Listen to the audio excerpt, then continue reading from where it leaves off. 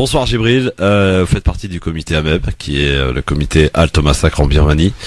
Je le disais tout à l'heure, vous revenez tout juste du Bangladesh, vous avez été du côté de Cox's Bazar, et rencontré donc, on peut appeler ça des réfugiés, en tout cas des Rohingyas qui ont fui la Birmanie suite aux violences que tout le monde maintenant a eu connaissance.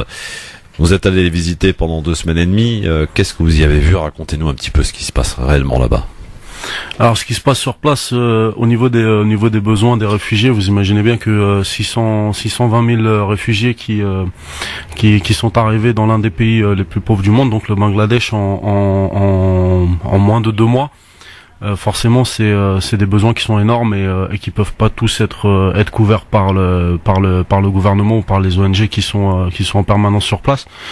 Et c'est la raison pour laquelle d'ailleurs le Bangladesh en ce moment est assez accueille volontiers l'aide aux réfugiés, ce qui n'a pas toujours été le cas. Vous avez de grands besoins, bien entendu, en termes d'abri, puisque c'est des gens qui arrivent dans des terrains où il faut déjà l'hiver là on est en hiver là au Bangladesh, donc ouais. Les conditions sont pas forcément adéquates, quoi. Il y a des besoins d'eau potable, de nourriture, d'abri, bien entendu, de protection contre le froid. Tout ce qu'on peut imaginer en fait avec un tel afflux de réfugiés, et puis également bien entendu des besoins en termes d'aide psychologique, puisque vous avez eu quand même plusieurs milliers de morts. Vous avez des gens qui ont vu des personnes de leur famille tuées, vous avez des gens qui ont vu des femmes violées également. Vous avez un grand besoin au niveau psychologique, notamment pour aider donc les femmes et les enfants. Alors, qu'est-ce qui se passe concrètement là-bas? On dit, en tout cas certains organes de presse et certains membres aussi, alors pour le coup, on va peut-être justement tuer cette info quelque part, que il y aurait des gens au sein des Rohingyas en Birmanie qui seraient armés. C'est vrai ou pas? Alors, vous avez un petit groupe. Il semblerait qu'il y ait un petit groupe qui se soit formé. Simplement, de l'avis général, et pas uniquement en Birmanie. Si vous vous adressez aujourd'hui à toutes les organisations qui connaissent le terrain de la Birmanie, ça c'est quelque chose qui a été monté par le gouvernement birman, qui surfe en fait aujourd'hui sur une vague. C'est-à-dire que vous avez aujourd'hui la vague on le voit notamment aujourd'hui, on le voit en Palestine, on le voit dans d'autres pays. Vous avez des pays qui démontrent des combattants qui ont subi des injustices pendant des décennies, qui les dépeignent comme des terroristes. Et en fait, en faisant ça, forcément, vous avez toute la communauté internationale qui ferme les yeux sur vos crimes. C'est ce qui se passe aujourd'hui en Birmanie. Ouais. Alors, on parle quand même de plusieurs milliers, de milliers de gens qui ont été obligés de fuir dans des conditions d'ailleurs parfois dramatiques. Qu'est-ce qu'ils vous disent, ces gens que vous avez rencontrés sur place au Bangladesh, qui vivent encore dans des conditions terribles, hein. Vous le disiez, vous rappelez tout à l'heure d'ailleurs, on est en plein hiver, la boue, les pluies diluviennes parfois, c'est des conditions terribles. Donc on peut appeler ça des camps qui sont au Bangladesh. Oui, ce sont des camps, notamment le camp de Kutupalong, qui est le plus grand camp de réfugiés au monde à l'heure actuelle. Vous avez entre 620 et 650 000 personnes en fait qui ont fui en 2 mois. Et qui sont venus s'ajouter à environ 350 000 réfugiés qui avaient déjà fui différentes vagues de répression en 1978, en 1982, en 2012, pour ne parler que des plus violentes. Et donc aujourd'hui, vous avez le monde qui semble s'éveiller à un nouveau problème, alors que ce problème date depuis des décennies. Et il y a ces chiffres qui sont sortis au travers d'un rapport de MSF qui parle de 6700 Rohingyas tués en 1 mois. Et parmi ces 6700, 700 enfants de moins de 5 ans. Pour ce qui est des enfants, les chiffres précis, je peux pas bien entendu les confirmer. Maintenant, nous, nos contacts à nous, ce sont des Rohingyas. Ce sont des Rohingyas soit qui vivent encore en Birmanie, pour quelques-uns d'entre eux, une infime minorité, soit qui aujourd'hui ont fui également au Bangladesh. Et en tout cas, les plus de 6000 morts, c'est déjà ce que nous rapportions depuis des mois, alors que le gouvernement birman essayait de minimiser en parlant de quelques centaines de tués. Alors vous, c'est pas d'aujourd'hui que vous occupez des Rohingyas, hein, au sein du comité AMEB, ça fait quand même quelques années que le problème persiste, perdure. Aujourd'hui, c'est vrai que l'actualité a été que il y a donc ces Rohingyas qui ont été obligés de fuir par milliers. On rappelle donc plus de 600 000 ont fui donc la Birmanie. Quand vous discutez avec ces gens, est-ce qu'ils ont l'espoir de retourner chez eux? Aujourd'hui, non. Aujourd'hui, il n'y a aucun espoir de retour. Et quand vous entendez aujourd'hui le gouvernement birman qui dit que ils envisagent sous 2 mois de commencer à rapatrier des Rohingyas, c'est une hypocrisie totale. Vous ne pouvez pas, après des décennies de violence, après une vague de répression là depuis le 25 août, ce qui est sans précédent. Aujourd'hui encore, vous avez des Rohingyas qui fuient encore la Birmanie tous les jours et qui se rendent au Bangladesh.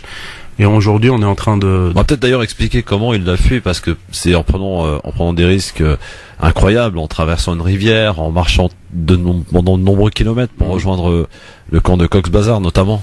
Oui, c'est certains en bateau, d'autres à pied, en sachant que souvent ce sont des personnes qui ont déjà fui pendant plusieurs jours, donc le plus souvent à pied, qui ont fui donc à travers la forêt, la jungle là-bas, sans nourriture, sans eau potable. Ils arrivent à la frontière extrêmement affaiblis. Et arrivé à la frontière, oui, beaucoup d'entre eux veulent aller à Kutupalong puisqu'ils ont souvent de la famille là-bas qui a déjà fui précédemment. Ouais. Et quand ils arrivent en fait à la frontière, ils sont déjà dans des états. Enfin, certains d'ailleurs meurent en chemin malheureusement. Et vous avez aujourd'hui, quand ils arrivent à la frontière, des personnes qui sont déshydratées, qui sont dénutries, qui sont malades.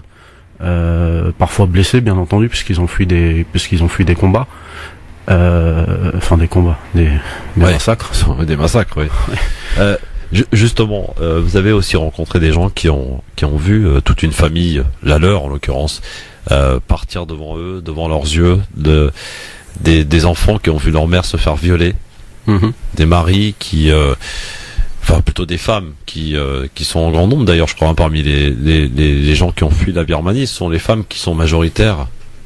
Oui, les femmes sont majoritaires parce que les hommes pour la plupart ont été voilà, souvent dans les villages qui sont attaqués, souvent vous avez on assassine d'abord, on tue d'abord les hommes et ensuite malheureusement souvent les femmes sont violées, parfois pendant plusieurs jours, plusieurs semaines.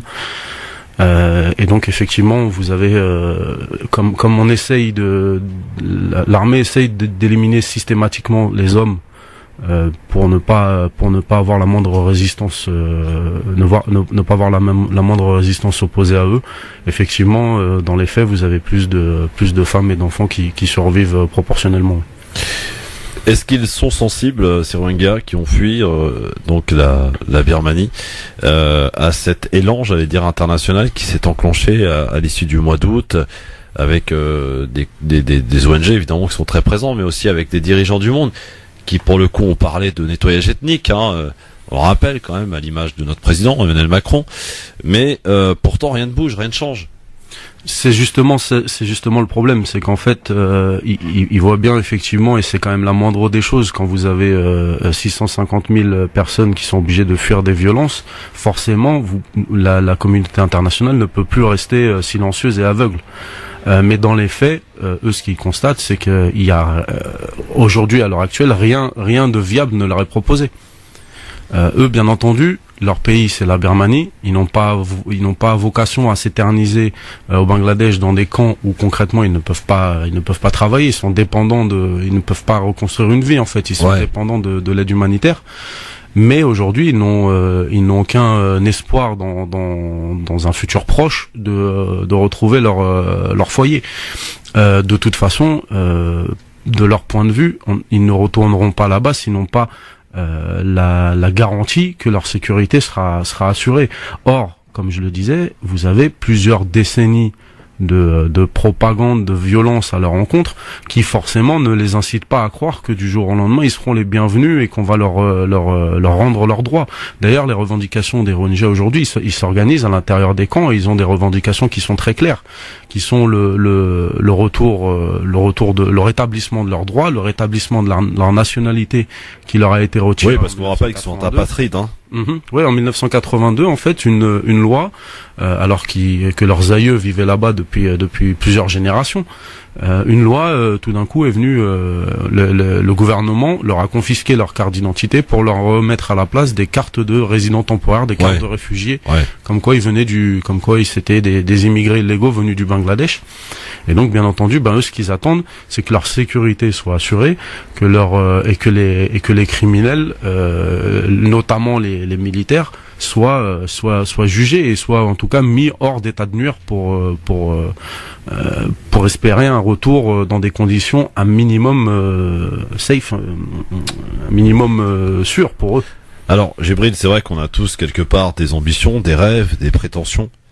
Quels sont leurs rêves à ces gens qui vivent dans ces camps aujourd'hui? Quels sont leurs espoirs? Quel est leur, j'allais dire, cette envie de se lever le matin et de construire quelque chose pour son avenir?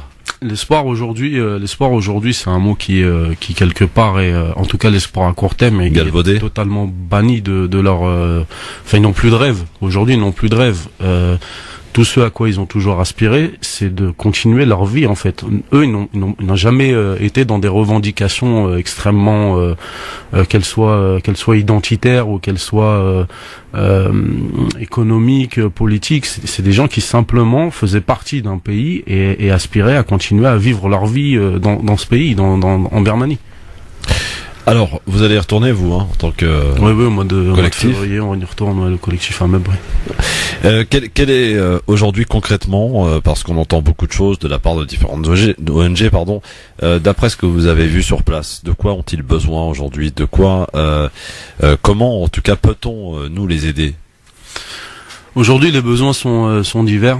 Vous avez notamment beaucoup d'associations d'ONG qui travaillent sur le plan médical, qui parlent en fonction, étant donné les conditions sanitaires sur place, qui parlent d'une crainte d'une épidémie de grande ampleur. Ouais. Donc il va falloir également s'occuper de tout ce qui va être sanitaire. Aujourd'hui, il y a des efforts qui sont faits par des ONG sur place, des latrines, des douches, mais c'est largement insuffisant en fait. Il faut imaginer ce que c'est que des centaines de milliers de personnes qui arrivent en très peu de temps. Aujourd'hui, il y a une urgence.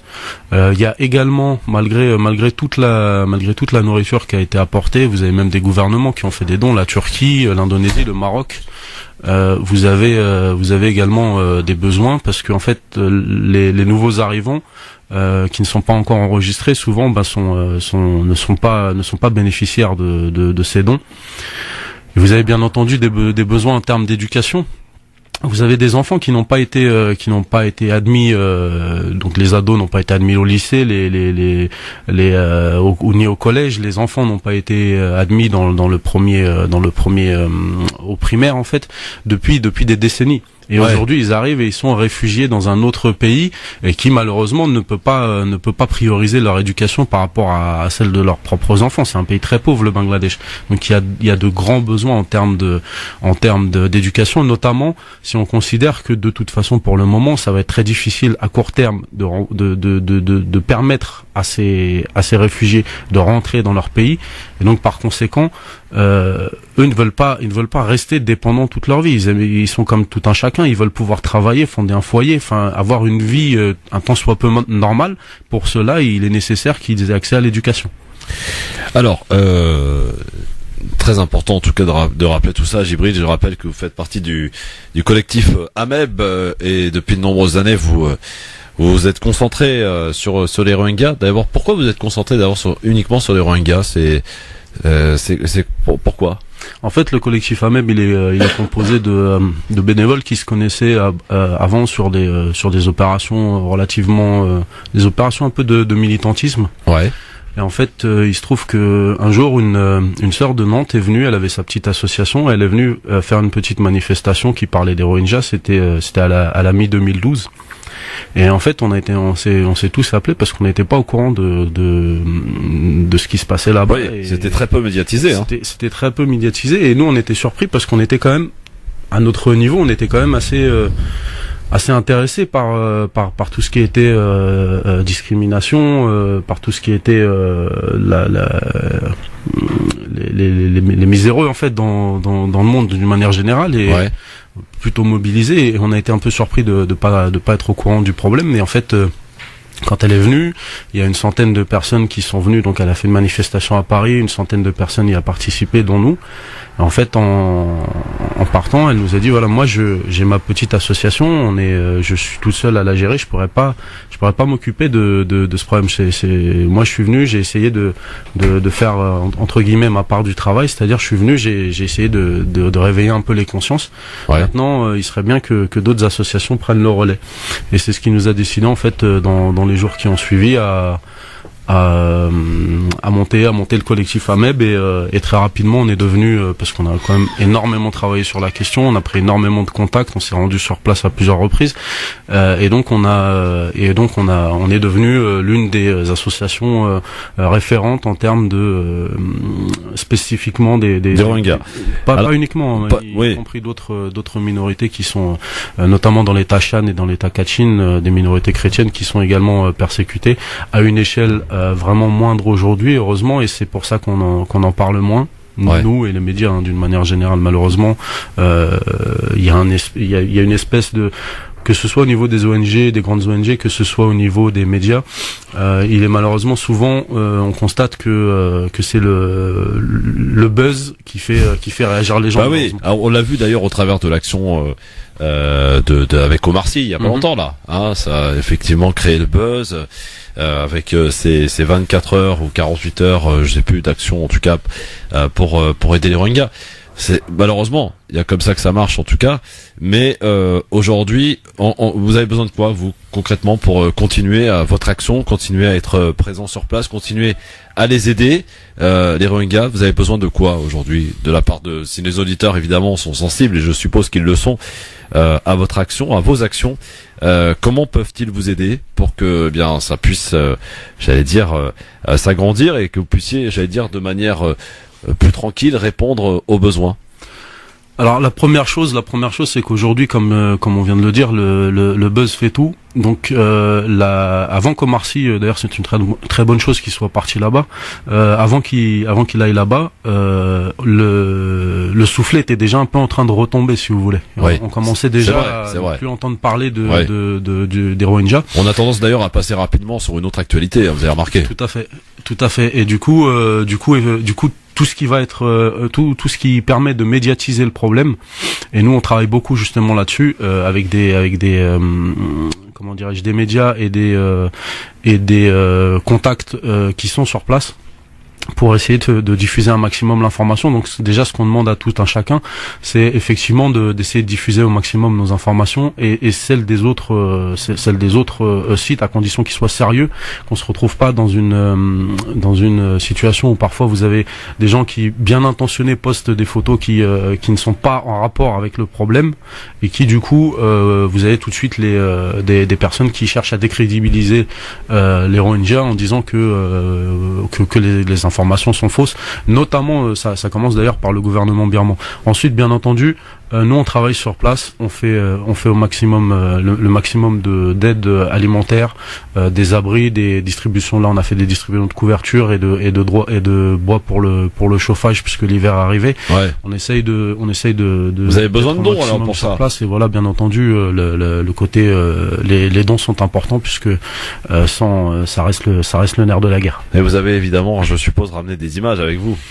Oui, à chaque fois qu'on travaille sur place, on essaye à la fois de ramener des témoignages et de ramener également, bien entendu, des vidéos de ce que nous faisons. Et tout ça, on peut le retrouver où? Sur Facebook, sur votre site? Particulièrement sur la page du collectif Halt au Massacre en Birmanie sur Facebook, où on essaie de relayer au maximum nos informations et également d'autres informations qui traitent du problème et qui sont vérifiées. Halt au Massacre en Birmanie, c'est le nom de la page Facebook que vous pouvez donc, et je vous invite fortement à suivre. C'est un collectif que je connais depuis de nombreuses années. Il y a des personnes vraiment Vous avez cette particularité, vous êtes jeunes en plus, tous quasiment au sein de ce comité. On est entre la vingtaine et la trentaine. Ouais, c'est ça, vous êtes jeunes. Voilà. Bon, hein, pour le coup. Bah écoutez, merci beaucoup en tout cas Djibril d'être venu nous parler un petit peu des Rohingyas parce que il ne faut pas évidemment les oublier, c'est très important de continuer d'en parler, de les évoquer. Et merci de l'avoir fait. Et puis je suppose que après ton voyage au mois de février, tu reviendras nous voir. Donc pour nous dire un petit peu ce que tu as vu, est-ce que tu as vu des choses qui se sont améliorées, est-ce qu'il y a l'aide concrète qui arrive là-bas? Aujourd'hui, quand on dit qu'ils ont besoin principalement de médicaments, on n'est pas loin de la réalité. Il y a des besoins de médicaments, mais c'est la nourriture, par exemple, ça va. La nourriture, ça va pour 90% des réfugiés. Il y a quand même des personnes qui n'ont pas envie de rester dans les camps, qui essayent d'en sortir, qui essayent de se faire une vie un petit peu en dehors des camps. Et pour eux, c'est un petit peu plus compliqué, notamment ceux qui sont le long des routes. Mais le Bangladesh, le gouvernement du Bangladesh, de toute façon, n'a pas veut garder la mainmise et du coup n'a pas l'intention de les laisser s'éparpiller dans le pays. Ils veulent garder le contrôle et il est probable que bientôt ils seront également dans des camps. Merci Djibril en tout cas et bon courage en tout cas pour la suite et bravo pour ce que vous faites à l'ensemble d'ailleurs du comité AMEB. Collectif AMEB. Que je salue. Le collectif. Oui, c'est vrai que c'est un collectif, c'est pas un comité. Collectif. Voilà. Merci c'est pas la même chose. Merci beaucoup Djibril. Merci. À bientôt. Merci.